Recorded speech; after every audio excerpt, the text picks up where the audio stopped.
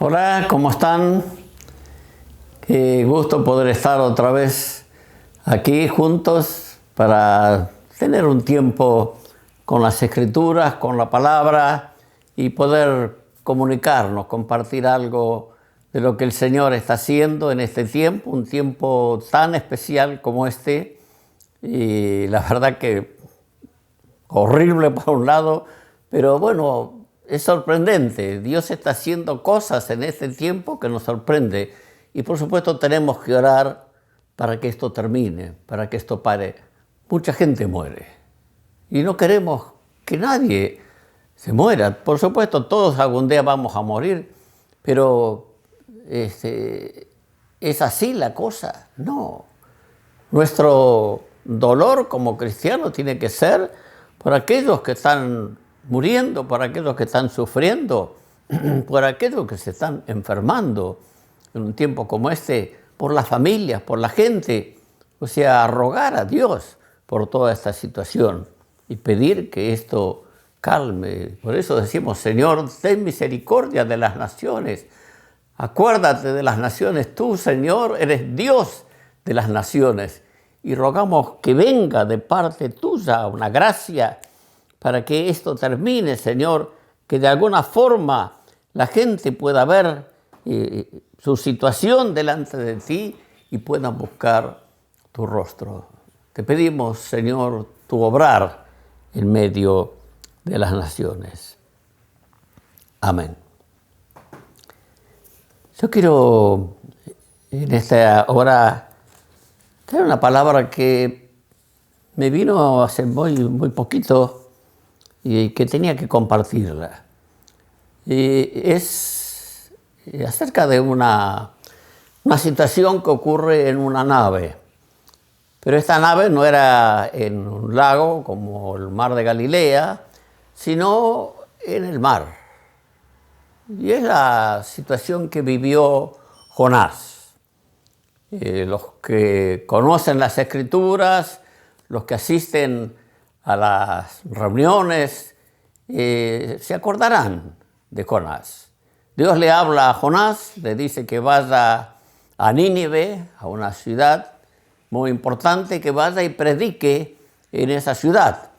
Y él no quiere saber nada de esa situación, y en lugar de ir a Nínive a predicar, porque él no quería saber nada de ir a Nínive, él no quería ir allá y predicar porque conocía a Dios y sabía que Dios es misericordioso, bondadoso, y que al final Dios los iba a perdonar si ellos se arrepentían. Y Jonás no quería saber nada de que esta gente se arrepintiera y que Dios los perdonara. Lo que quería Jonás es que Dios los arruine a todos, que los mate a todos. Eran sus enemigos. Así que Jonás, en lugar de obedecer a Dios, Jonás se va a Jope. Jope era un puerto que muchos años después, ahí fue donde Pedro resucitó a Dorcas, ahí fue donde Pedro tuvo toda una visión extraordinaria en esa ciudad de Jope. Porque ahí estaba Dorcas y Dorcas había muerto y lo mandaron llamar a Pedro, que estaba en otra ciudad vecina, una llamada Lida, y entonces Pedro fue ahí y resucitó a Dorcas en el nombre de Jesús. Y esto pasó con Jonás. Se fue a ese lugar, que era un puerto y seguía siendo un puerto de muchos años después, y se tomó un barco que iba para otro lado. En lugar de ir a Nínive, él se iba para otro lado, a Tarsis. Y estando en el barco, se levanta una gran tempestad. Una tempestad, pero fuertísima, que la Biblia dice que Dios mandó esa tempestad. Fue Dios quien comenzó a sacudir a ese barquito, y los hombres, los marineros que estaban allí, temían que el barco se hundiera, temían que se iban a morir todos ahogados. ¿Y Jonás qué hacía? Jonás estaba ahí abajo del barco y allí dormía plácidamente. Y todos los otros luchando y clamando a sus dioses para que intervenga y para que lo salve. Y cuando lo encuentran a Jonás ahí durmiendo, van y lo despiertan. ¿Qué haces aquí? O sea, vamos a morir todos ahogados y tú durmiendo tranquilamente, clama a tu Dios. A ver si tu Dios puede salvarnos de todo esto. Y entonces Jonás se despierta y le cuenta todo. Y le cuenta que esa tempestad era por culpa de él. Que Dios había mandado a esa tempestad porque él no había obedecido a Dios. Dios le dijo que vaya a Nínive a predicar y él dijo no y se fue para otro lado. Y él dijo, la única solución es que me tiren al agua. No, ¿cómo vamos a hacer eso? Decía, tírenme al agua y se va a calmar la tempestad. Y no querían saber nada, así que siguieron luchando y luchando. Y cuando vieron que no había caso, que se iban a morir todos ahogados, tomaron a Jonás y lo tiraron al agua. Lo arrojaron al mar y se hizo gran bonanza. Se salvaron.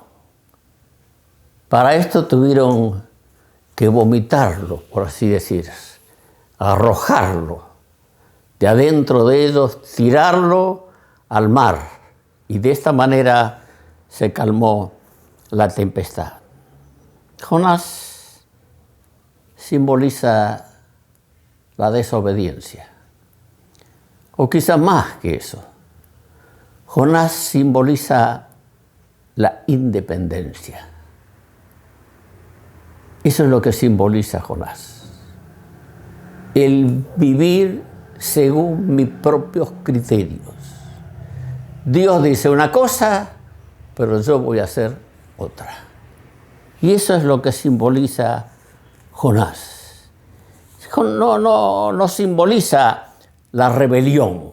No es alguien que se levantó en armas, es alguien que dijo, no, con Dios no queremos saber nada, ya que quiere salvar a esa gente de Nínive, vamos a levantarnos en contra de Dios. No simboliza la rebelión.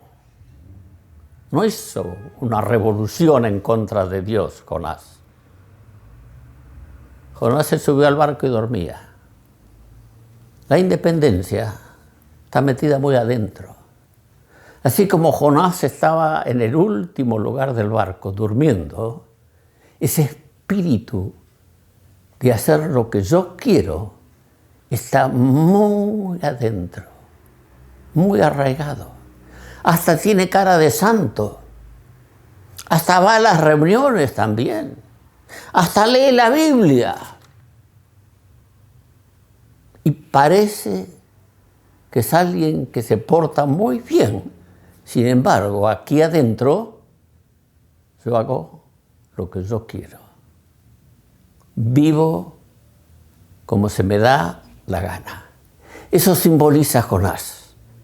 Porque Jonás no se levantó en contra, sino que sencillamente se echó a dormir, pero lejos de la voluntad de Dios para con su propia vida.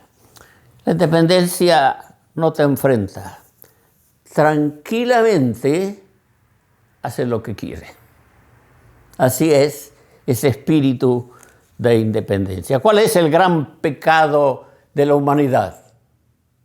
Se independizó de Dios. ¿No fue eso lo que pasó con Adán y Eva? Se independizaron de Dios. Dios dijo, de ese no coman. Y ellos dijeron, ¿y por qué no? Si es agradable, es lindo a la vista, muy agradable para comer, ¿por qué no? Pero tenés todos los demás. Sí, está muy lindo todos los demás, pero ese, ¿por qué no ese? Y ese es ese espíritu de independencia, ese espíritu de hago lo que quiero. Fíjese lo que dice Isaías, capítulo 53, versículo 6. Todos nosotros, nos incluye, todos nosotros nos descarriamos como ovejas. Cada cual se apartó de su camino. Cada cual se apartó por su camino. Se apartó de su camino, pero se apartó por su camino. Fue por el camino de Él. Ese es el espíritu que hay en este mundo. Dios dice, hombre, mujer. Y la gente dice, ¿por qué? ¿Por qué solo hombre, mujer? ¿Por qué no puede haber? Dios dice, dejará padre y madre, se unirá su mujer, serán una sola carne. ¿Por qué? Y se rebela contra Dios. Y hace lo que es su propia voluntad. Y así estamos en este mundo, porque cada uno hace lo que quiere. Y ese es el espíritu de Jonás. ¿Y qué hay que hacer con tu Jonás? ¿Qué hay que hacer con mi Jonás? Pues echarlo fuera. La única manera es tirarlo al mar. La única manera es vomitar ese espíritu de independencia y ponernos bajo Jesucristo en un espíritu de dependencia del Señor. Mucho se ha hablado en los últimos tiempos y se sigue hablando y se va a seguir hablando más acerca de los derechos individuales. Y ya esto viene de lejos, pero cada vez se va marcando más y más y más. Los derechos individuales, mis derechos. Y cada uno habla de sus derechos, en lugar de hablar de los derechos de Dios. Se habla de sus derechos. Y quiero que respeten mis derechos.